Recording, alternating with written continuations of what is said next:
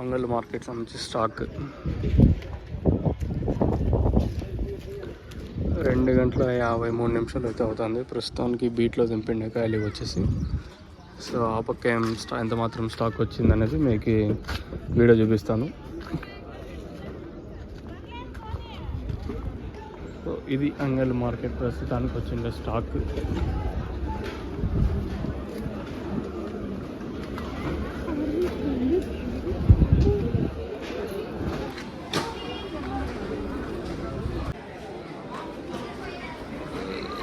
ఈరోజు కూడా అంగళ్ళ మార్కెట్కి స్టాక్ ఎక్కువే.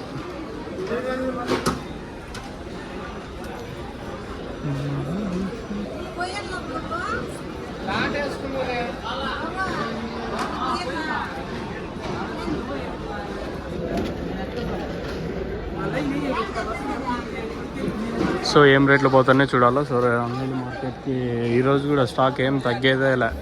ఇంకా 2:54 అవుతుంది. సో దాదాపుగా దింపాల్సిన పనులు చాలా వరకు ఉన్నాయి. సో ఈరోజు కూడా అంగల్ మార్కెట్ స్టాక్ ఎక్కువే, ఏం తగ్గేదేం లేదు.